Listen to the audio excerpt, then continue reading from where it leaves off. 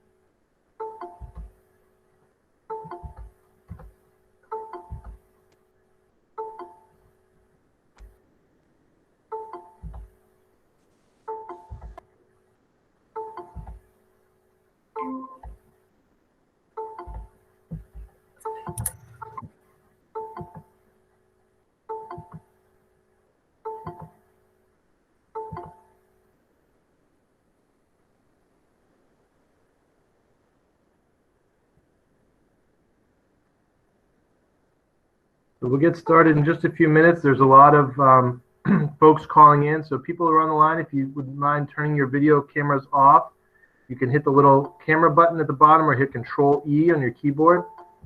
That should save some of the bandwidth on the call as well. Mute your microphones, and I will start with a brief presentation, and then I will be open to some questions as well.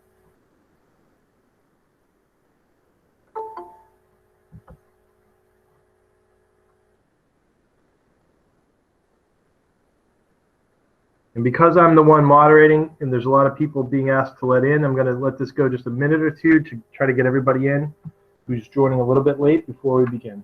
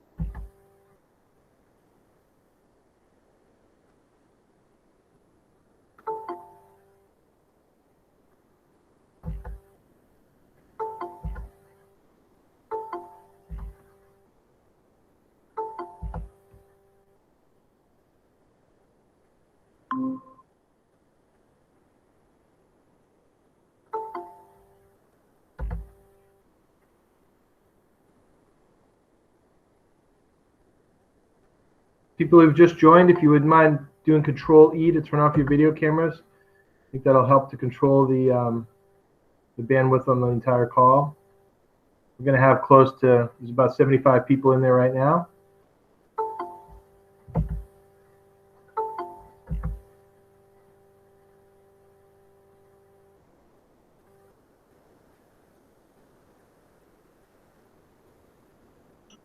Okay, I'm going to get started. So it's going to be challenging as people keep trying to come in, but let me get a few more in here. Just going to run through a brief presentation just to make sure I answer some of the basic questions. And then from there, I will take some questions from you. For the most part, I'm hoping the questions tonight are more about our process and how we can move forward, how we can continue to improve our plan.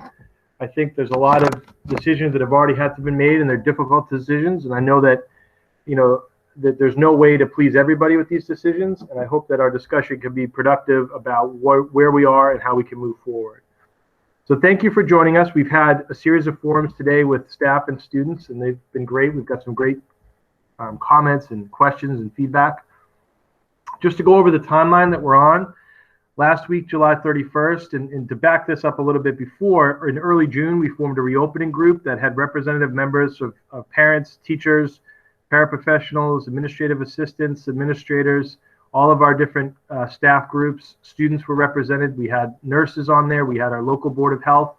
We had town administrators, town officials, police, fire folks were involved, as well as our school physician. And they all helped to give feedback on a safe reopening plan for the district.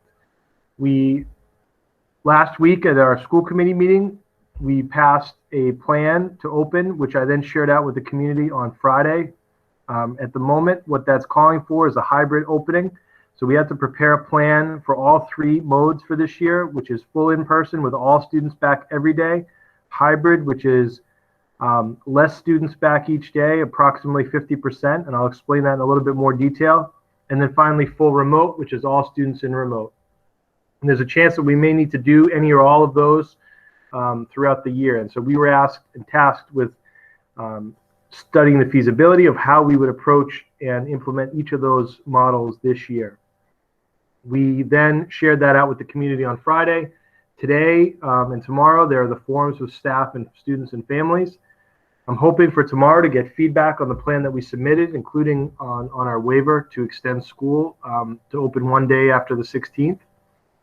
The 7th would be the time when we're going to have a school committee approval for our final plan. So we're going to take some of the information shared today and try to come up with more details and share as much as possible in those reopening plans with our community on around August 10th. The sooner I can get that out, the better, but I want to make sure I have some time to make changes depending on what comes out of our August 7th meeting in the morning. The plan right now is a tentative change to the calendar for staff, which would mean coming back on the first day on September 1st. We would then have the 10 days. As you may be aware, the commissioner changed the calendar year through a process of negotiating with the teachers organization at the state level, and changed the required number of days for students from 180 to 170. So we have 10 days that we have to use with teachers before the school year starts for students. And that's where we got into that window where it had to be done prior to September 16th. Our teachers are not able to start school contractually before any earlier than the first day being September 1st. And so we came up with a way to do that, to have the students come back on September 17th, which we actually feel is a nice way to start clean on a Thursday with cohort B. So I'll explain that a little bit more in a few moments. So right now, that would be the first day for students. So with our hybrid model that we'd be beginning school with, there are 4 cohorts. Cohort A and B are similar. Cohort C and D. Cohorts A and B would be receiving a hybrid model, so 50% of the instruction would be in person, 50% would be in remote learning each day. And on Mondays and Tuesdays, cohort A would be in attendance. On Thursdays and Fridays, cohort B would be in attendance. And on Wednesdays, we'd have a full day that would either be cohort A or B, and we'd come up with a schedule for that. It would essentially be alternating weeks, but we may take into consideration something like a Monday holiday, and now cohort A has lost a day because of a Monday, so maybe they get the Wednesday that week. Something like that to make sure that there's a balance of number of days. We want to try and make this as balanced as possible for those students. Cohort C is for high priority students. Some that we may get additional guidance from the Department of Education, but these are students that would be receiving in-person instruction each day. These are students, this is not every single student who's on an IEP, but certainly the students who are in substantially separate programs would be receiving those services daily. Our English language learner students, homeless students, students in foster care, and our pre-K students. And the reason the pre-K students are included there is because of, again, it's a special education piece where we're moving students from the early intervention services into pre-K. So we are trying, one of the things we recognize is that for our earliest and youngest learners, the remote learning is the most challenging. I know that there were challenges across the grade levels, but there were certainly sort of universal challenges just with the developmental age of the children in kindergarten, first grade. So we are trying to come up with a model to get more of our kindergartners and first graders in school more days. So that's part of our plan, and we'll have more of those details coming out. And I will talk more about kindergarten a little bit later on as well. And then cohort D are students who are choosing to have full remote. So those parents are choosing full remote for the whole time.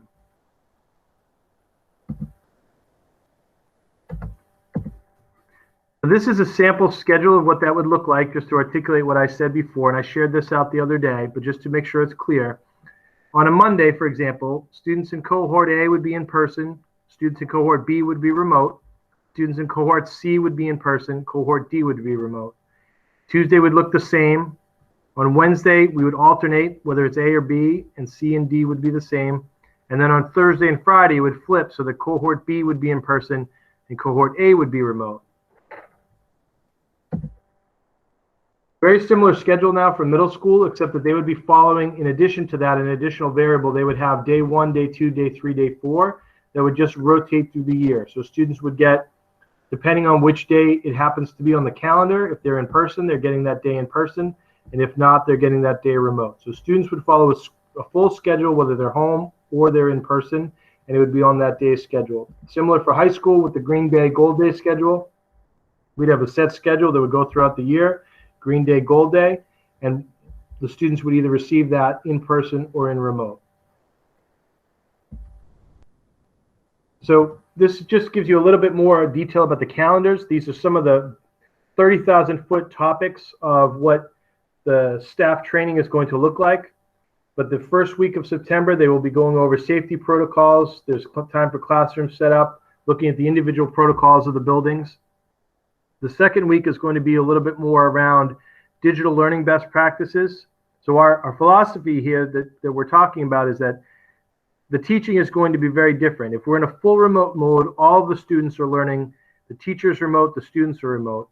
In a hybrid mode, we're going to teach in a similar way, but some of the students are going to be in front of us. So we're not going to try and repackage a traditional in-person education and try to make that the same for those students who are not in the classroom, because that doesn't really work. What we're going to do is learn how to design the best hybrid lessons possible that can be delivered whether students are in person or in the classroom.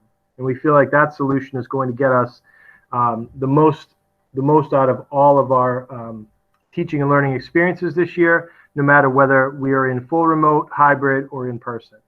If we are able to return to full in person for an extended period of time, we would obviously be teaching in a more traditional manner. Our goal, though, of course, is to cover all the standards and to keep students where they need to be as far as time on learning and grade level assessments and the like. Our plan then would be for September 14th and 15th and 16th. The teachers and the staff are doing some collaboration and curriculum planning, but we would also have some student walkthroughs in small groups to try out some of the busing, to try out, maybe the sixth graders come in for their walkabout, or we bring in, just the first grade one day or the second grade another day, things like that, to try and slowly bring in students in very small groups, and maybe for a shorter period of time, not a full day, where they're just getting used to seeing their teacher, seeing their classes, wearing their masks, washing their hands, noticing, what we're going to have, one-way streets and different doors you come in and out, and just getting used to all of those pieces. With the model being that on September 17th, we would start our first day of the hybrid model. So cohorts B and C would be in person, A and D would be remote. And then on Monday, we would start with the A and C being in person and B and D being remote.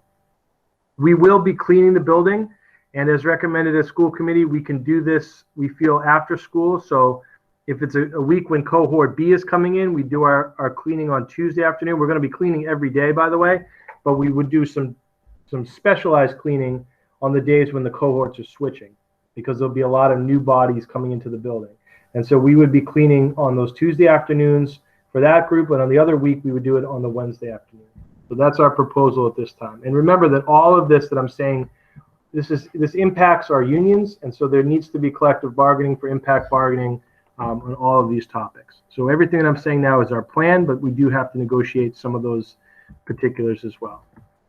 So for all students and for the school, there'll be a lot of communication about the health and safety requirements.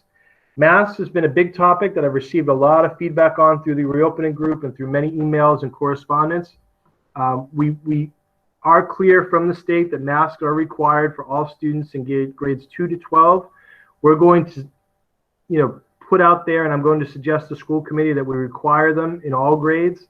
And the reason for this is we know that, and the metaphor that's being used is similar to a vaccine. The more students who wear a mask and the more students who wear their mask for more time, the safer it is and those conditions are better. We fully understand that it's going to be very difficult for some students to wear a mask at all. It's going to be very difficult for some students to keep their mask on, to not have it go down below their nose. And so, we're going to work and put our effort into creating a culture that is not, we're not disciplining students for this. We're not calling them out. We're not embarrassing them. We're not creating scapegoats or anything like that. I think that's very, very important and very, very important to me. And from what I've heard from families, very important to everyone.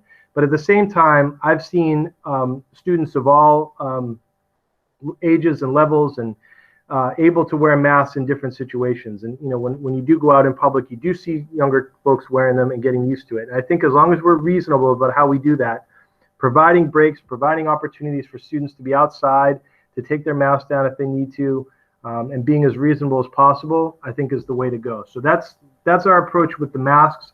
Hand washing and sanitizing, there's going to be many, many more stations for sanitizing stations throughout the buildings. We've already put in a lot of hand sanitizer and different points. We've changed some of the methods for our bathrooms with more paper towels and more soap and more dispensers and all those type of things. I know some parents have asked about what supplies and materials can they bring. There will be something coming out from the principals to explain that a little bit more, but for the most part, we've been spending a lot to invest in some of this equipment. And so some of our needs this year, I know parents often provide some of these supplies. I also know that a lot of these supplies are difficult to find. And so we've been buying a lot of these in a different way this year to support the classrooms. Also on the masks, we will suggest that students can wear anything that covers their nose or their mouth. We'll have some real specific guidance around what those masks can look like, but we will have some other masks that are available for students here as well. So we will be maintaining with the hybrid model, we're able to do physical distancing of 6 feet in our classrooms. Students will be spread out and spaced out. We will have lunch in school. We will have the ability to we're figuring out whether that's in some situations, maybe in a classroom, maybe in a cafeteria, but we need to be at least 6 feet away in order to take the mask down and have lunch. And so that is what we will be able to do throughout the day. So we're confident in the hybrid model that we're able to do that without having to rethink how we do lunch. We will have small cohorts. So students will not be mixing too much throughout the day at the elementary and middle school level. Students will be staying in one classroom for the most part, with teachers coming into the room, specialists pushing in either virtually or in person. And it'll be a little bit different at the high school, where students will be following a set schedule, but there's additional cleaning requirements in between classes when bodies are switching between rooms. And so we're going to have some additional cleaning protocols in place to support the high school level. There will be, in general, a lot more cleaning of touch points. We have identified safety checklists that we're going to be following with all our custodial team, who does a great job on a regular basis, but they have increased responsibilities this year.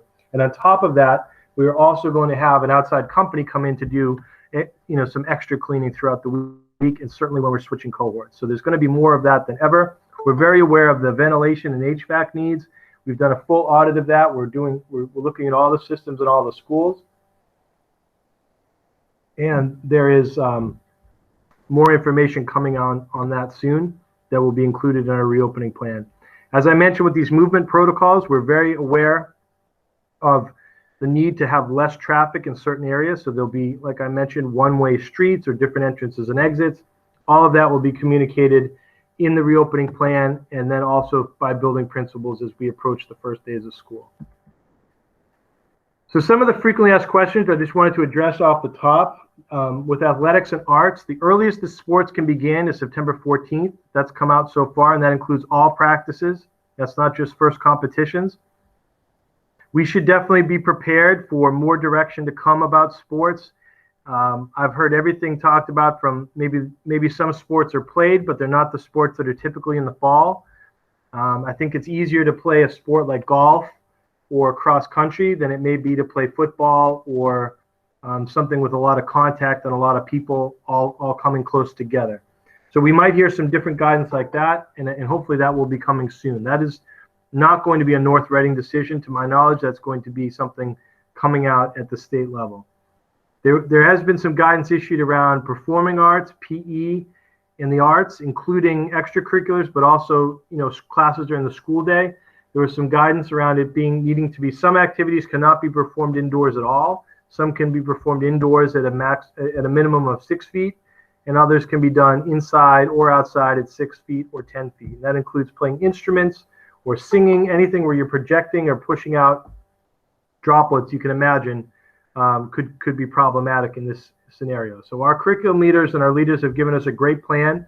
My goal is to have as many of these courses run as possible, and what I'm working on with the teachers is to try to come up with a model where the teachers are able to teach their regular schedules to the extent possible. That means that they're teaching some students who are in front of them and some students who are at home. But if we can find a way to do that successfully, we are then able to move our students into through their regular schedule and still have all these electives. So we then have just some questions around extracurriculars. At the moment, I've had some questions from students today about, is there going to be a high school musical? Is there going to be a middle school play? Our plan, our hope is to design all of those activities so that they can happen. They may just look a little bit different this year, and they may happen at a different time of year, similar to the sports. And I think we're already thinking ahead and trying to figure out ways to do that well. Another big question I received over the weekend is with the cohorts, and I think this came out through the email. So what we said in the survey, we're assuming that parents want their siblings in the same cohort, whether they're all within elementary or if one is at high school, one's at middle, one's at elementary. The idea is that your schedule will be more set if students are able to do that, and maybe older siblings might want to watch younger siblings and the like. So we're going to do that. But if you want to not have your siblings in the same cohort, that is when you would fill out the form. So you can either say not applicable if you just want us to go with assuming one thing, but if you want us to consider splitting up siblings, then just put your indication that you want us to consider that. We are also talking about some remote learning enhancements, so some ways to try and work with families. I know that it's a big challenge for working families to try and have students who are home during the day. So we're going to try to offer some kind of remote learning assistance, whether that's through the school or whether it's coordinating with outside groups that might be able to provide some of the support. And more to come on that as well. We're really trying to develop that now with different groups, and also see what our capacities are within our school. And I received quite a few questions around the busing and kindergarten fees. So a couple of things to clarify on this. First of all, the deadlines are the same for the payments. We've kept those payment deadlines, but we have offered for the kindergarten and the pre-K, we've offered some extensions on the time when you can decide that you don't want to participate. I think it's different than it was last year in that we know up front that the year is going to be different. So we know right now that there's going to be some days that are remote, and there's a chance that we may be going out, and there may be more days that are remote. And so I think people can make the decision, either they want that program for their children or they don't. I do think it's reasonable, though, because it's a little bit of a different program than what we've seen in the past, to think about the kindergarten fees possibly being a little bit of a change in the fee, to reduce that fee. What folks need to understand is that those fees pay to support the teachers and to keep the program going, and those teachers are still working and getting paid when they're teaching remotely. But we do recognize that it's not quite the same as being in person, and so we do want to try and recognize that fee structure, and we will have more about that coming out. With busing, it's a little bit more challenging, because if we were to change the busing fees, I do understand completely that, in one case you're paying to be bused 5 days a week. In another case, the busing is going to be between 3 and 2 days a week. At the same time, the service is increased. There are increased costs this year with the busing, and that we are putting bus monitors on the buses. we're also having to wash the buses and clean the buses in between every run of the buses, which is different than what we've done in the past. So we are hearing those questions, but we are trying to reconcile that. If we are in a position where what we don't want to be is in a position where we have to change and only able to run the buses for those that it's required for by law, meaning up through 6th grade, and those that live beyond the 2 miles. Right now, we're able to do this safely and offer busing to everyone who lives within North Reading who desires busing and is put in for it. And so we're hoping to be able to maintain that. So that's why those are standing as they are at this time. So I know that there may be some questions about the masks. This is a document that I'm sharing from a group called the Parabola Project that has been shared throughout the state and with the Superintendent's Association. They are recommending that, again, everyone is wearing a mask, including K-1 students, and this is some of the data that they feel supports that. So again, we're putting that out there. I know that was a big question for our families. I think the biggest concern is that we don't make it, I think we all know, teachers have said, parents have said, administrators have said, it's going to be very challenging for kids to wear them. We're concerned the kids feel like, school is going to be so different and it's going to be very strange to them to see folks in masks. But I do think we can create that culture that this is the norm and this is the safest thing to do. And I think that's just like anything else we do with safety, we will teach that as the reason why we're doing what we're doing. And I think students will adjust, just like the rest of us have as well.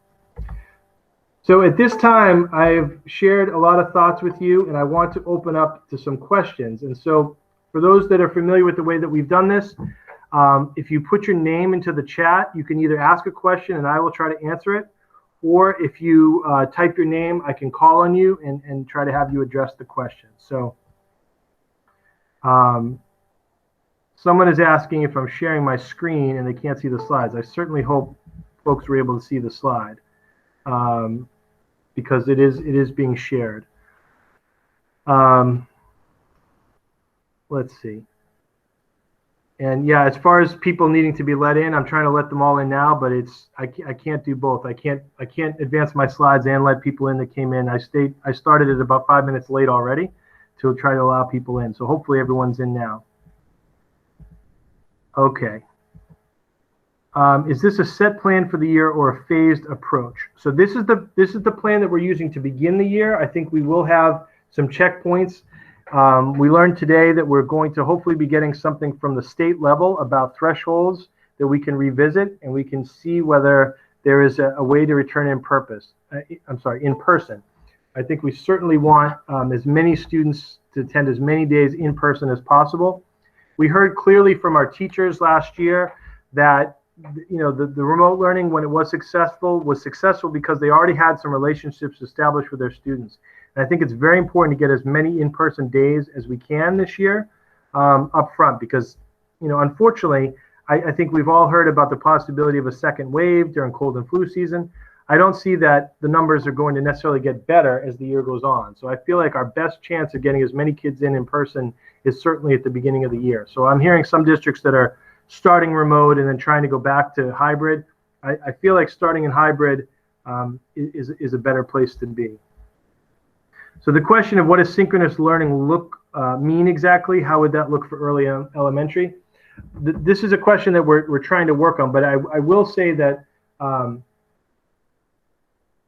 there will be some synchronous meaning happening at the same time. So the schedule at home this year will be a little bit different because we are going to follow more closely to a school day. It does not mean necessarily that the students log in the Chromebook in the morning and if they're home, they're just a fly on the wall watching the class as if they're in the room. I don't see that happening, but I do see opportunities throughout the day where the students are checking in live with teachers for academic check-ins. At the moment, we're still working on whether that is the same classroom teacher, which is what I would prefer, but it could also be a different teacher in a different way. I know that is not the best news for those folks who want to be able to access a schedule and do it in a different way, but we do feel that for the vast majority of the feedback we received, and also what we're getting in our state guidance, is that we need to have opportunities for students throughout the day They're going to be assessed. Attendance will be taken. The attendance is going to be differentiated, whether they're in person or they're remote. And they're going to be able to have as similar to an in-person experience as possible when they're remote. So students who, at this time, even the students choosing full remote, I believe that they're going to be checking in with their North Reading teachers. For those parents that really do not want that and want to do something completely different, they can explore sort of a homeschool model, which is outside of what I've described here as our cohort D, and that's a different process. When will families with children of IEPs know what cohort they're in, since not all of them will be C? So a lot of students with IEPs will be in cohorts A and B. I think that's very important to recognize. If you're in a program there are certain programs that are named programs, our RISE program or something like that, then that certainly is going to be a cohort C program. Other students, it's going to be very likely that they're in A or B, and that will be coming out soon. The principals are working on that now. We started with the middle school. Middle school just has the most variables, and so they've taken their schedule and they've divided up the cohorts, and now it's being shared with high school and elementary to try and reconcile. And we understand how important that is to try to get that information to you, and we're going to do that soon. So the big drivers are going to be the schedule and what we need to deliver academically, and trying to keep those students consistent so that people can have their students home and know a set schedule for their students. We feel that's the most important. Second to that are some transportation concerns. So I think a few of you have reached out, and I say, you can continue to let principals know about some, transportation concerns that you may want someone to be in the same cohort. Let's say, for example, we divide the cohorts A through K and, L through Z, and then your child that rides in every day with someone is not in that cohort. We will try our best to make those meet. And then after that, we can't really get into a situation where families are picking which cohort they want to be in. But when there are outstanding or extenuating circumstances, we certainly will try to make as many accommodations as is possible. But we certainly are not going to be able to do everything the way everyone would want, but we'll do the best we can. Let's see. Considerations for teaching outdoors under tents. There's certainly a lot of teaching outside that we've done. We have some tents that we're going to be able to use for different purposes, but the concept of everybody being outside every day under tents is not likely. But we certainly, I want students outside as much as possible, because when you're outside at the 6 feet of distance, the mask can come off and you can still learn quite a bit that way. So I can see a good amount of teaching outside in September when the weather is nice, certainly happening as well. I think I've spoken to how the cohorts are divided. Will windows be open while class is in session? So that's a part of the ventilation. We're going to follow the guidelines on that. I know that there's a lot of requirements for ventilation whenever possible, windows being opened, and we're going to follow all those guidelines as they come out. So yes, that will happen. In situations where that's more difficult or where there's not as much access to an open window, we will have more options, and obviously those classes would get some of the preferences for other spaces or for outside learning as well.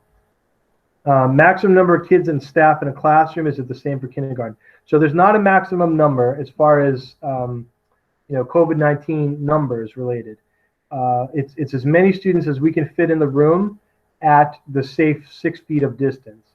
But I can tell you that based on our class sizes, we are going to be, the class sizes are going to be very favorable. You're going to have some real opportunities there for from small group learning in all of those classes.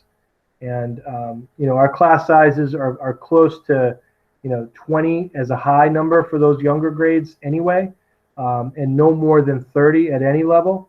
I think our average is probably around 24 at the most, but it's really, if you look at the class sizes and then you cut those in half, they're going to be very favorable numbers for a lot of small group learning, which I think is great. Now, again, some of those students are going to be home and the teachers are going to be communicating at home, but I do think that we can think about how we're utilizing some of the other adults in our building to help with some of that management of both the in-person and at-home students. So when will you know what cohort your child is in? I'm going to check with our principals on that at our meetings this week. I'm hoping that that's around August 10th, we'll also be known that information as well, which is when we share out the final plan. That's my hope, but there may be some other logistical things that they're going to share with me. But at the moment, that's when we'll be finding out. Will students be penalized if remote learning schedule does not fit for the student or parent instructor? So I'll, if there's a specific question, we can certainly talk about it. There's going to be some extenuating circumstances, but students need to participate during the assigned times, just the same way as the student would need to be in school at those times. So students are not going to be able to just come whenever they want to. Now, on an individual day, if something happens, just like a student might have to miss school on an individual day, that's fine. But if, let's say, for example, parents, and we did have a lot of this in the spring, where parents said, we both work and we want to do remote learning with them from 5 to 8 o'clock at night as opposed to following the schedule, that would not fit with our model. We have to take attendance and students have to be, quote unquote, in school during the school hours. It cannot be completely on their own schedule. And in that case, if that's how the parents want it to be, then this might be more of a homeschooling discussion. So we can talk more about that. Students will absolutely be graded. Yep, grades this year is different. That is, the pass-fail was a state requirement that we followed that rule, and the similar requirement this year, now that we've had more time to plan for this, is that we do have to assign grades just as we typically would. The difference between half-day kindergarten and full day. The half-day kindergarten, at the moment, the plan would be that the students would still attend half-day kindergarten and they would still leave at the set time. We just have to figure out all the particulars of those times, whereas the full day would be in school for the full day. So it would be very similar in that respect to how it is on a typical day. But I know that there's a lot of questions just as parents are trying to figure out, what is the difference between full day and half day, and honestly, there's a tuition fee for full day, and what is what are we receiving for that? I completely understand that, and we will have a separate session in a few days or soon, just for the kindergarten topic. There's just a lot that I've pulled the elementary principals and our finance assistant superintendent for finance and operations. We're going to pull our heads together and come up with a presentation just for that question. But again, there's plenty of time for folks to figure out some of that as we are extending the refund period for kindergarten. But we want to try and offer, similar to a typical year, something that's robust for full day, something that's also good for half day, and make sure that you understand what those two different programs look like. So I certainly understand the questions, and there'll be more to come on that. How will IEPs be handled when services cannot be delivered in a remote fashion? So there'll be a lot more guidance on those specifics coming in our full plan. I will say that we have some fallbacks. We do fully understand that for students and IEPs, those services are best delivered in person, and we're going to try to prioritize that whenever possible for those services. There may be some differences this year with those services, even when the students are in school. Sometimes the visits might be virtual from the teacher. So we have a lot of different ideas of how to do that, but we're certainly aware of what worked well and where there was some room for improvement last year. So that's something we're certainly going to work on.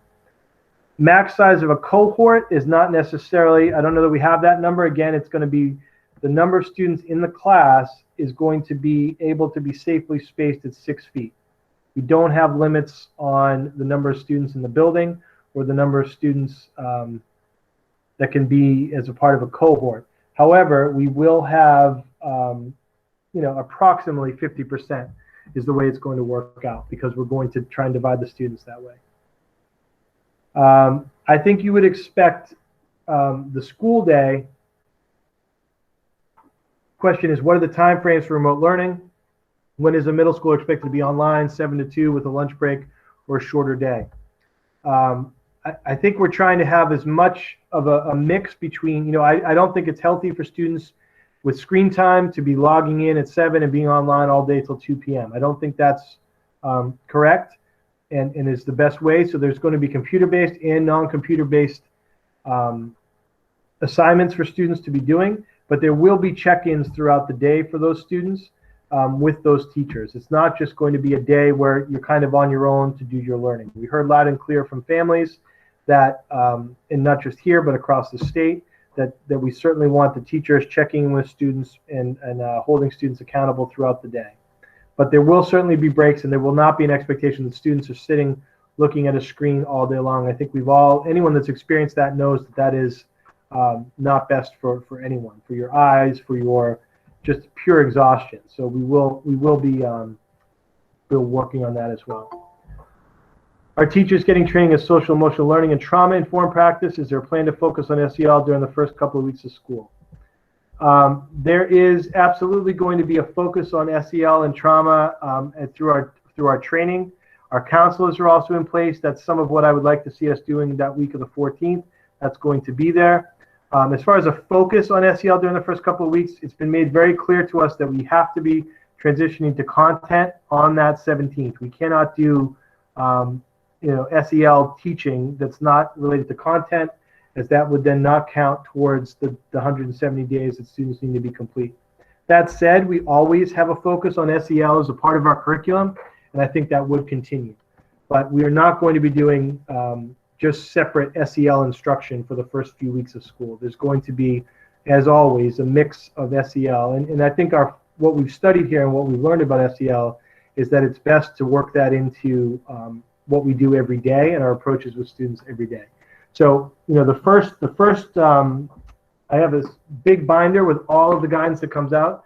The very first one that I have is called an initial guide to leveraging the power of social emotional learning as you prepare to reopen school from CASEL. And that is our driver in this district, and our principals are well informed, and our leadership is well informed, and we are going to do that to focus, but we're also not going to explicitly do that without also moving forward with academics, because we certainly want those days to count for the students as actual learning days. Screening and temperature checks daily, there is not a plan for that. That in the original plans that we heard coming out, there would be some kind of temperature checks or thermometer checks. That very clearly in the guidance from the state was that we are not to do that. It actually provides a lot of false positives and creates unnecessary situations. So they've advised against us doing any kind of thermal scans or thermometer checks. We have other ways of monitoring students. The question about actual tests, COVID tests for students or staff, there's more information coming on that. And there's a lot of questions around what that would look like as far as, do students need tests before they come to school? Are there tests going to be available at school? There's a lot of questions around that are still to be answered. But we are not looking to do daily screening and temperature checks. But our nurses are here. We're going to hire an additional nurse that's going to be there to support throughout the district. We're going to have separate spaces for the students who are showing symptoms that are separate and distinct from the traditional nurses' offices, and we have those spaces in place in every building. Before and after school care will still be available on the days that students attend. Yes, we will have our before school program and also our YMCA program. We are going to look at some of those programs and those enrollments. That also might be a driver in some of the cohort assignments, because it makes sense to have those students keeping in contact with a small group. It doesn't make a ton of sense to keep students in a small group cohort and then have them in a totally different group after school. So that is something that's still being considered as well. And we are making sure that those models are aligned with our 3-day, 2-day kind of model. So we may have to revisit some of the way we've traditionally done that as far as the pricing and the like. So we are looking at that now. Yep, so the question about what is cohort C or the pre-K program going to look like, our plan is to have schedules and an outline of that in what's coming. My administrators right now are working hard on this. We're looking at our drafts and our schedules, and that is part of what would be released and shared on the 10th and what the days will look like. But I think it will look a lot like a regular school day with frequent breaks, which we have anyway, but we're going to have more breaks now for young students as well, because we fully understand how much we're going to break the day up. And just remember that the teachers that are here are experts in working with your children, and something like this being introduced, all these wearing masks and all this is a lot to ask of the teachers, but there's nobody better equipped to address those concerns with the young children than those that have trained and spent their whole lives working with that age group. And so, you can rest assured that it's going to go as well as it possibly can go with our expert pre-K teachers, kindergarten teachers who have worked with that age group for their careers.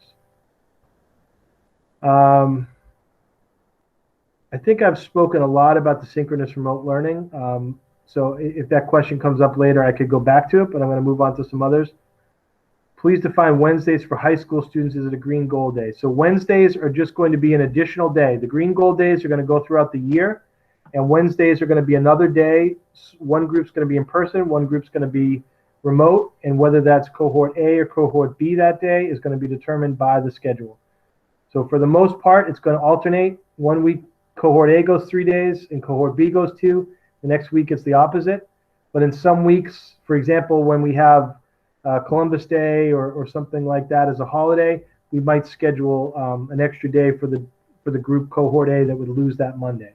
And we haven't got to the point yet where I've seen those schedules to know whether that still plays out as a complete alternating week or whether there might be some variation. But essentially, that's what it's going to look like. So similar to a typical school year, we know from the beginning it's just a green day and a gold day, and it just kind of continues through. In a typical school year, I believe when we have a snow day, the green and gold days just continue. We don't make them up. We just keep moving on. And it's going to be similar here. The one thing that may be different is because we're doing so much remote learning that on a day like a snow day when everyone is remote, as long as it's not a catastrophic snow emergency where there's no power, we may be able to continue with remote days and not need to make those days up at the end of the year. So there's a chance that we can be getting out a little bit earlier in June than originally planned.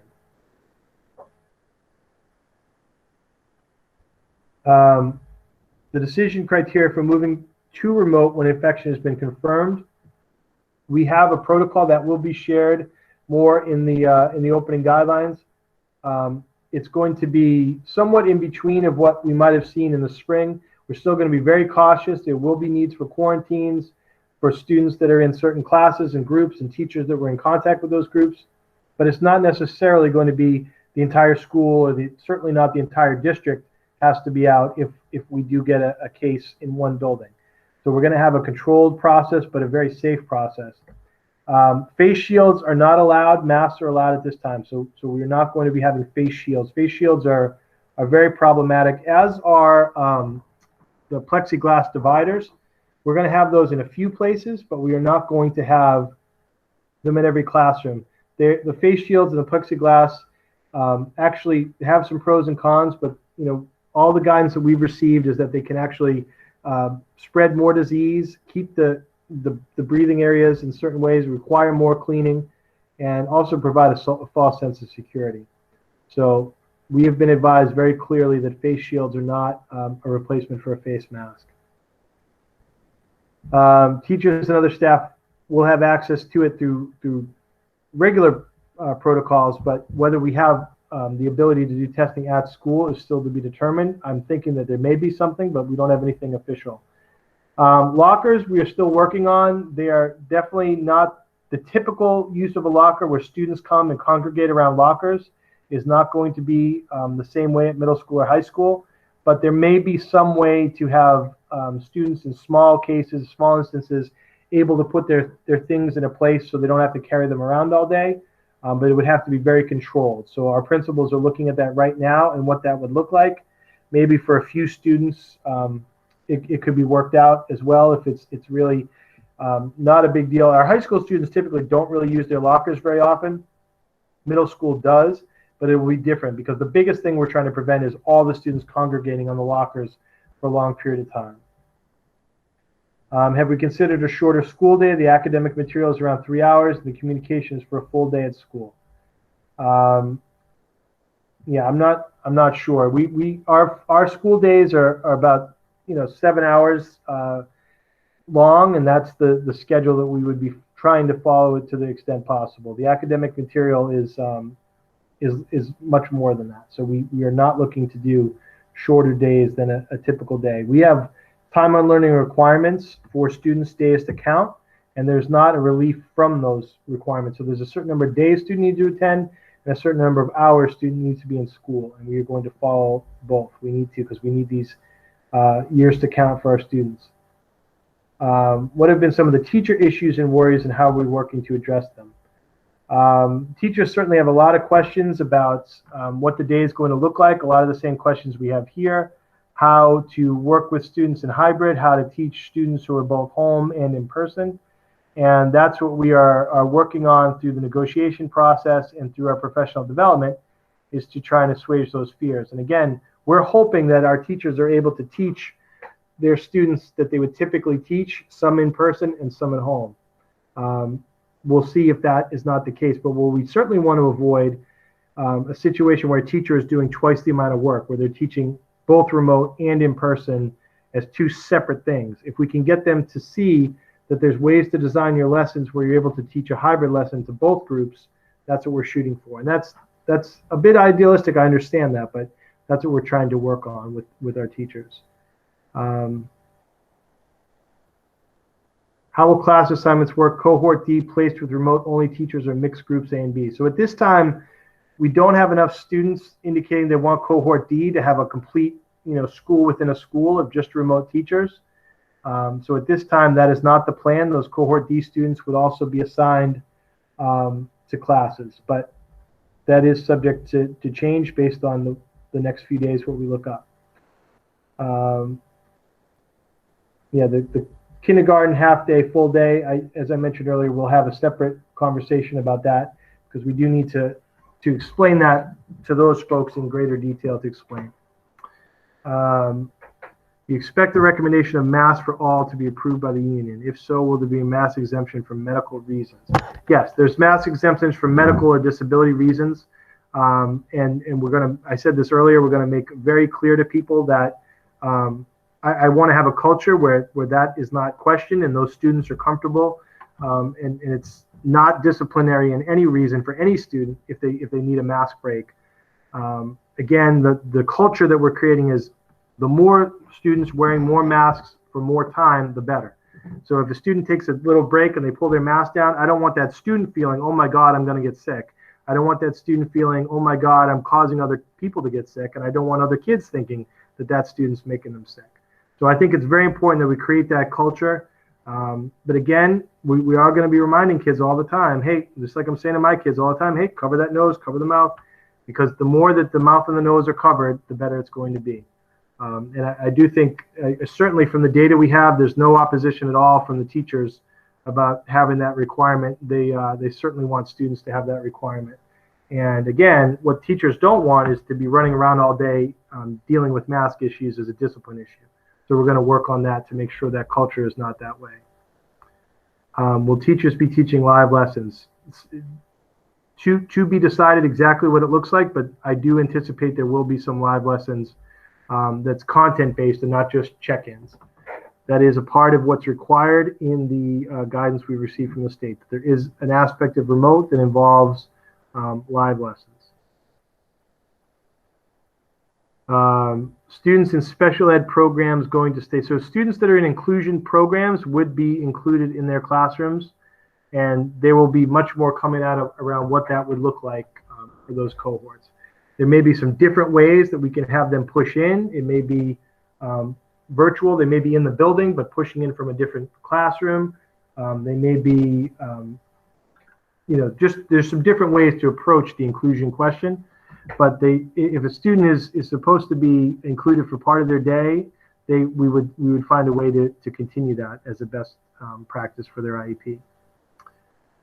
Linfield proposed outsourcing their remote learning. Is that a possibility? It's a possibility, but it's not something we're looking to do right now. The outsourcing that is being provided is, we still need to provide the teachers for it. And quite honestly, I'd rather have our teachers teaching and developing the lessons than having to deliver some off-the-shelf product.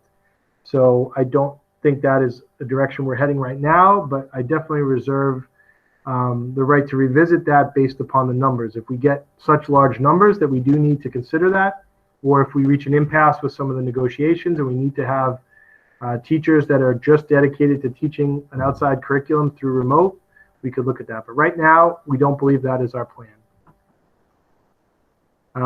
I think I spoke to the plexiglass in each desk as not being a great solution. There's more cons than pros to it.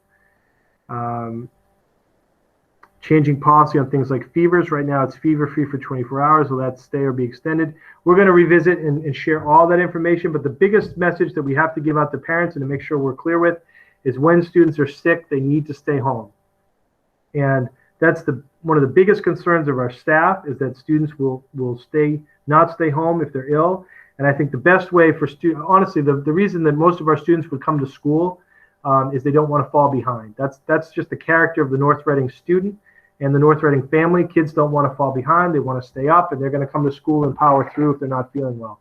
We think this year more than ever, anything that is anywhat suspect in your behavior, in your feelings of your health, you need to stay home. And so that's why I think it's so important that those students, when they're home and they're remote learning and just having basically an extra remote learning day, if they're well enough to participate.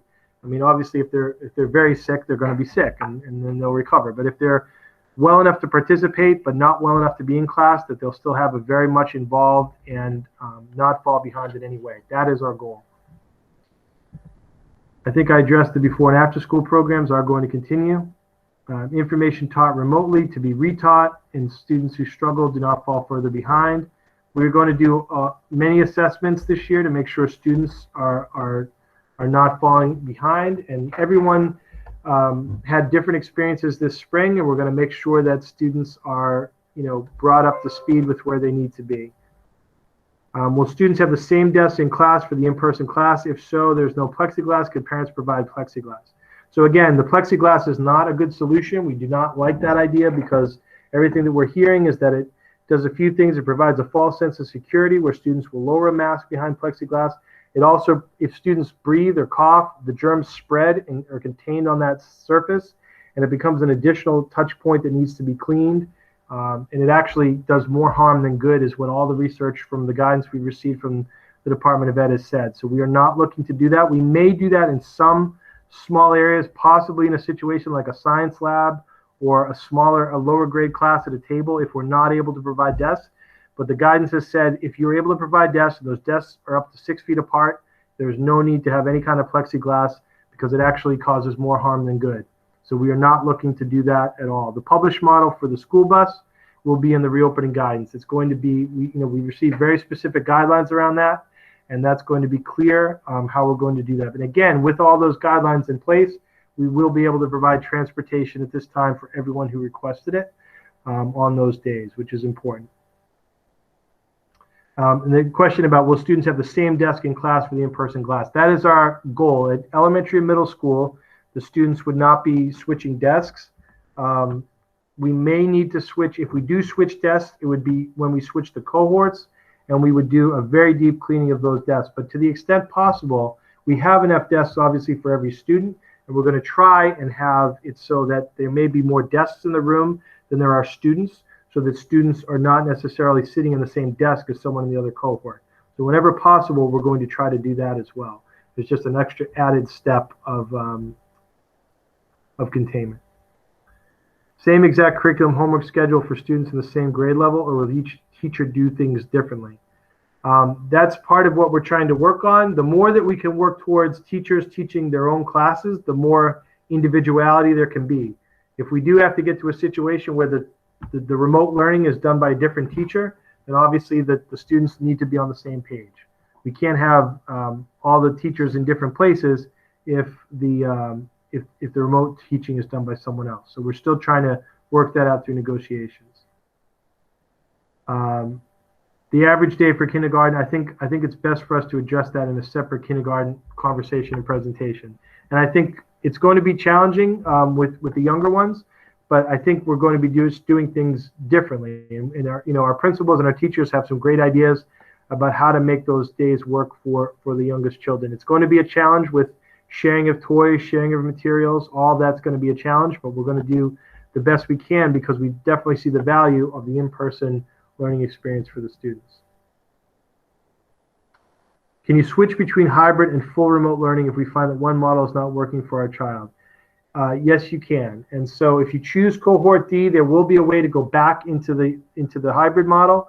It may not happen overnight. It might take a few days for us to make sure that we find the space where they can fit back in. And it certainly can go the other way as well, that if you feel you'd rather switch out to the full remote, we can accommodate that as well. So as far as the HVAC systems and the filters, we have considered all of that. We are adding additional information that will all be coming out in detail in the plan that's released on around the 10th. We're looking at different air filtration and filters and ionizers and all sorts of things to improve the air quality in the schools. We're doing full tests of all the air quality now, as far as the machinery and is it working and the belts, and we're making sure everything is up and running. And the good thing about our schools is, our buildings are in much better shape than many, many other districts. So a lot of what you're hearing in other places where they've got buildings that are 100 years old, we're in a very different place with 2 of our buildings being built in the last 15 years and other buildings being serviced regularly and much more up to date than a lot of other places.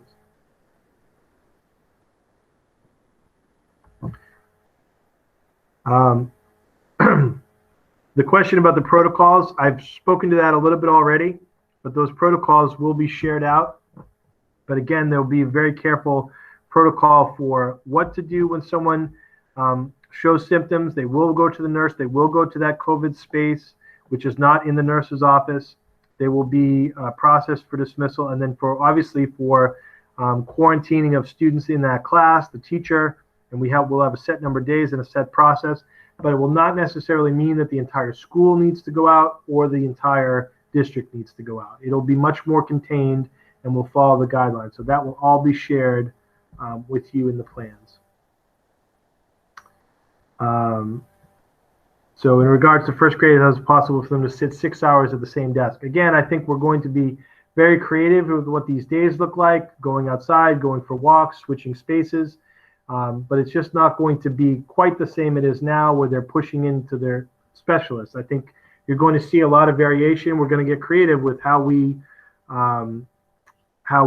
make those days look. And there'll be much more to come from the individual plans of the schools and then from the communication of the individual teachers. It's going to be a real challenge, but we're going to be creative and try to do it and make this the best experience for our kids possible.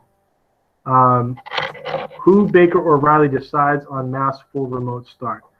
So, I don't think that they would decide that. I think if anyone could decide it, it would be the governor that could declare that we're in remote.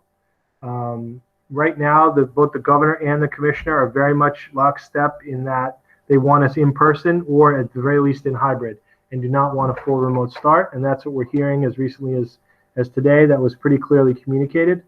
But I'm sure that folks are seeing what's in the news, and you're getting a lot of talk from the teachers unions at the state level as well. And there certainly could be, if they come to a different decision, or the governor feels that the numbers have risen to a certain place where it's no longer safe, the governor would declare that we are in full remote. But that has not happened, and they are still, as of today, saying that, they mentioned today sort of a 5% threshold. We're still well below that number in Massachusetts. They're going to be doing a lot more to publish some of that information. And I think we're going to see that, there's still right now the push for the in-person return for as many students as possible. Can remote learners participate in sports? Will sports events happen? Not sure when to expect updates. So much more coming on that soon. The earliest it can start is the 14th. I think it's going to be a challenge if a student is in full remote only because of a medical issue. For them to be able to play sports. So I don't know what's going to happen, but I think we do need to think about that. If you're choosing cohort D because of concerns medically, I think it's I'd have to understand the particulars of why, it's not safe enough to come back to school at 6 foot, but it's okay to play, to do wrestling or football, right? So I think that's something that would be concerning. And this very question was discussed today on a call with the commissioner, and he addressed it the same way. Can you speak to what learning will look like for those in cohort D? Will they be zooming into live classes? I think I've answered this a few times already. We're still determining exactly what it would look like, but at this point, those in the cohort D, I believe, would still be participants in their classrooms that they would have typically been assigned to. if those numbers are different based on the surveys that you're filling out. At this time, the cohort D numbers were still very small, and I don't see us needing to form a completely different cohort for cohort D. But if those numbers change, then our model might change.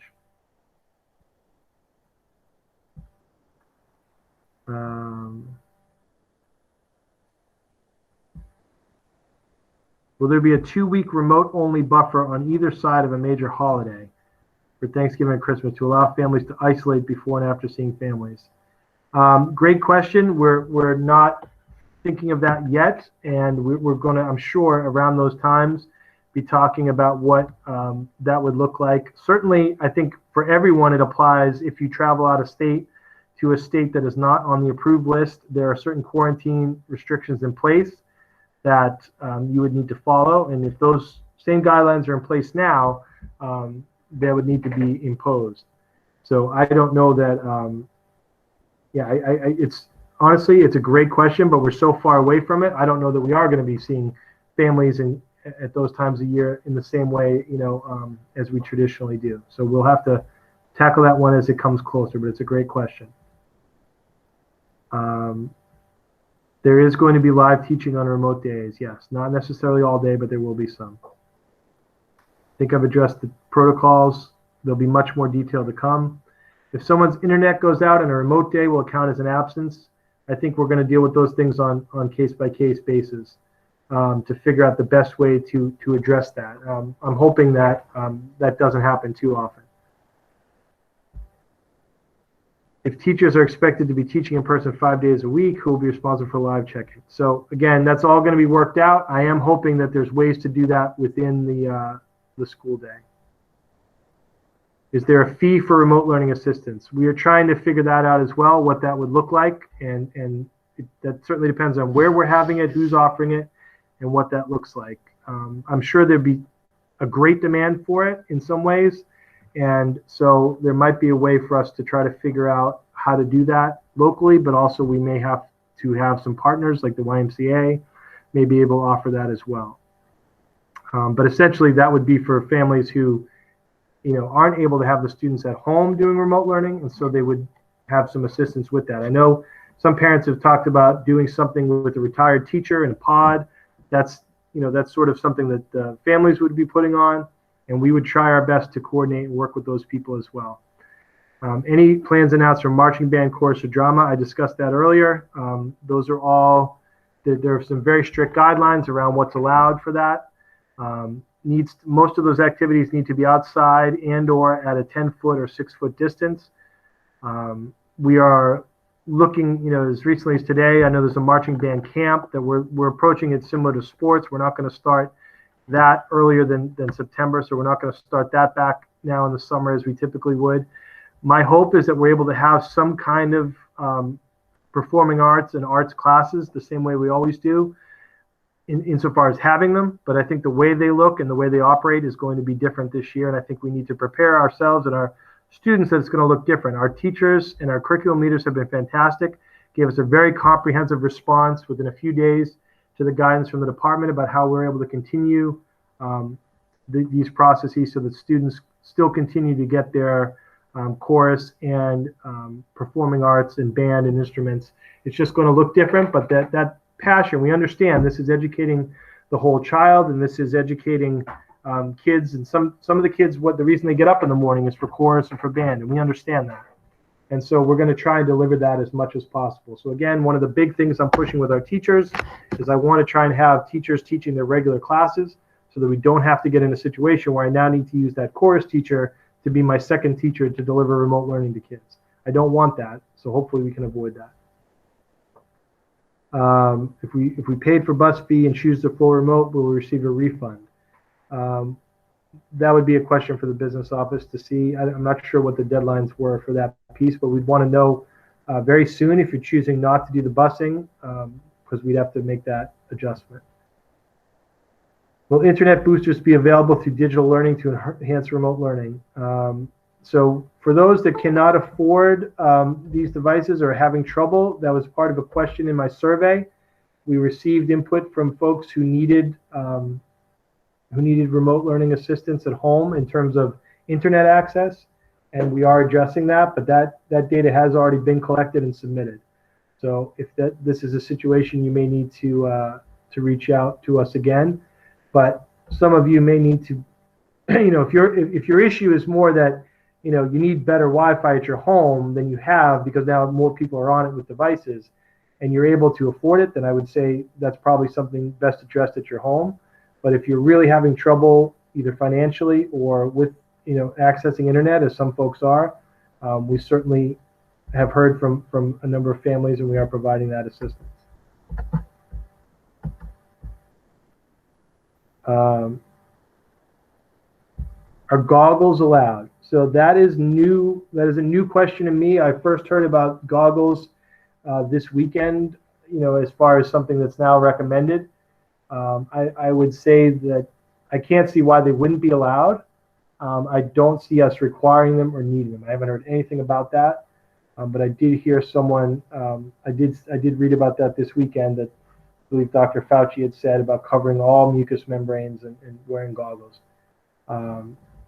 Simultaneous broadcasting with the class is a possibility, but I would not say that's going to be the norm for any reason. I don't think that's the best practice. It's not good to be in front of the screen all day, and it's not going to be productive for the teachers. I think it's better for the teachers to plan a lesson that can be delivered to both students at home and in person, and then their job is to then facilitate the conversations for students that need help and to facilitate some interactive lessons where students are able to work collaboratively. I think there are plenty of ways to do that. I do think that's easier said than done with, and it's easier with middle school and high school than with elementary. And that's why we're trying to prioritize getting as many of our young learners in as possible.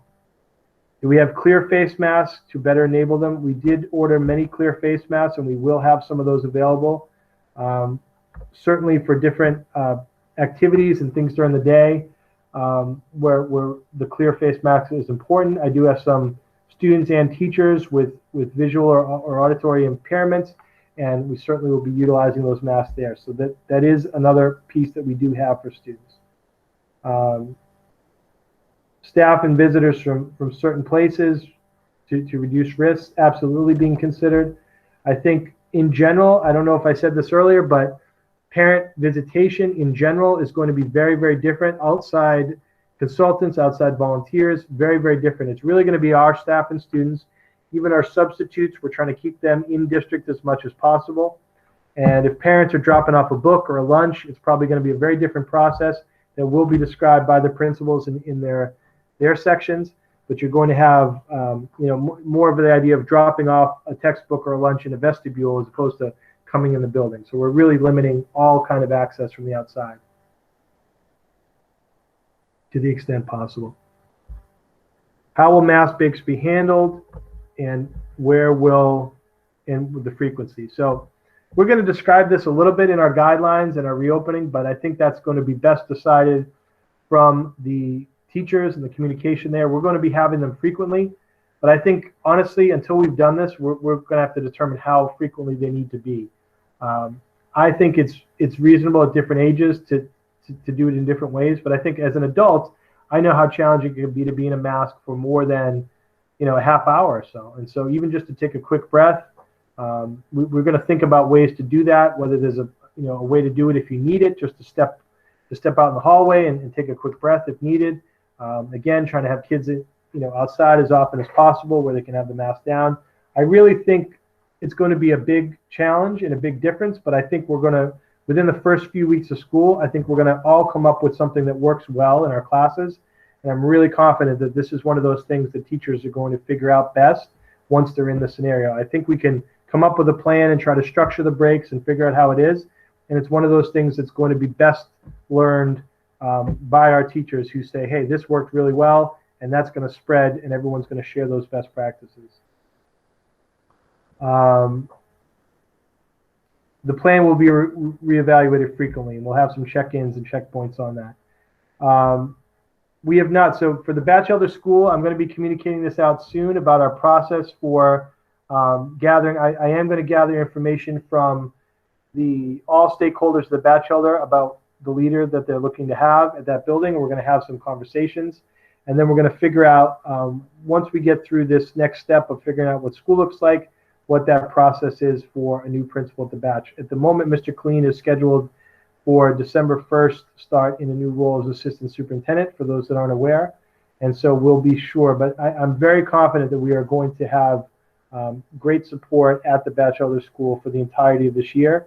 And there's a couple of different ways that we will approach that. So I'll be sharing more about that soon, but we have not, that process has not happened. It's going to be a very transparent and clear process for everyone involved. And I do want to have some forums and some discussions with those parents and to hear what kind of a leader they want. Obviously, I just can't do that right now as I typically would, because I need to be having the forums that we're having tonight. Why were studies that show mask wearing ineffective at controlling the spread discounted? You expect children to wear and treat masks like highly trained adult healthcare workers? No, I think I've spoken to this several times tonight about the culture we're going to create around masks and why we're doing that. They certainly weren't discounted, and we shared that information with folks. I think it's led to the decisions we've made, but based upon a lot of feedback I received here from a lot of parents and groups, I brought those questions to the state. I think that's, I'm not saying single-handedly by any means, but I certainly have seen my questions that I've brought forward addressed by the commissioner directly in his addresses to us and in some of the updates in the guidance, in particular around students who can't wear a mask because of a disability. I think they've absolutely addressed that head on, and I think that's due in some part to the questions we've asked. So they absolutely weren't ignored, but I think the science that the state is very strong with, and I think that slide might still even be up, what's on this page here, is, you know, I don't want to say one science is being discounted versus others, but that is the science that all the guidance is written around, and it's very clear they've not backed down in any way. If anything, they've reinforced the importance of wearing masks. What happens if a teacher is out and has to quarantine? Again, those are things we're thinking about and trying to work on. I am hopeful that we can come up with a way that if a teacher is able to teach remotely, if they're on quarantine but they're not ill and they're able to teach, that they may be able to still communicate with their class remotely. So again, if we're all in remote at some point, the teacher is remote, the students are remote, they're able to communicate. I don't see why that couldn't work if some of the students are in school and some of them are home and the teacher's home. The only difference there is that you've got about 12 students in a classroom. You now need someone in that room helping the students, but the teacher can still teach remotely. That's my goal, and we'll see where we get to. Trying to cut screen time. Yep, I understand if you're not comfortable with kids being on a computer. I don't expect them to be on a computer 4 to 5 hours a day. We're very aware of that. But unfortunately, right now, because of this situation, there's going to be a need for more remote learning, and that remote learning is going to involve screen time. And we're fully aware of the pediatric concerns around increased screen time, but it may need to be other screen time that gets cut because they are doing more time in school. So some of the fun time or the television time might be where you need to trim more so. Are you saying kids are monitored on days home? How can a 7-year-old with attention span issues learn remotely? So we're going to try our best with that. I know it's challenging, but this is the situation that we're in.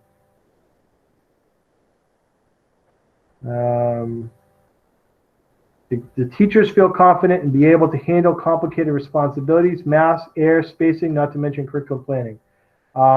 It's quite a challenge for our teachers. There's a lot that they're being asked to do, and I think they're confident and they are going to do a great job with it, but I absolutely think it's a big ask and a big task. And so I'm glad to see that the parents on this call have expressed their support for how complicated and challenging this is for our teachers. And we're going to do our best through our professional development and our support to try and again, like I said, you know, utilizing the number of adults we have in the building now with less students, I think we can use them well to try to assist teachers in doing all of these different things. Yeah, restrictions on teachers and staff and being in the lounge, that there's certainly going to be restrictions in terms of staff are going to maintain 6 feet of distancing, just like, you know, those of us that are here all summer, we're doing that too. Everyone's spread out. Everyone in the central office, the business office, everyone is spread out for lunch. We no longer have a kitchen dining area. That's now been closed down, and we're going to follow those same kind of rules for everyone too. Is it realistic to keep 6 feet apart while playing outside? That's what we're going to set up as a rule and try to reinforce as a best practice. If they've got masks on, they can be closer than 6 feet, and but for the most part, we're going to try and follow that 6-foot rule. And I think it's a great opportunity for them to be 6 feet apart and have their masks down. Great. So there's a lot of questions. We've been on for about an hour and 15 minutes. We certainly have more information that's coming soon. And, this is not easy. I fully understand that there's no solution here other than, I think across the country, right? Kids, when have we ever seen kids so excited about just going back to regular school? And I think that's what everybody wants. But I think we have to deliver the most in-person instruction we can in the safest way possible. And, I want to thank my administrative team, the teachers union, our entire reopening group. They've done such a fantastic job of being proactive and trying to stay ahead of all these issues. I think we're on a good trajectory to come up with the best plan possible. And I really appreciate all the support and all the questions. And I look forward to working with you soon. Thank you, everyone.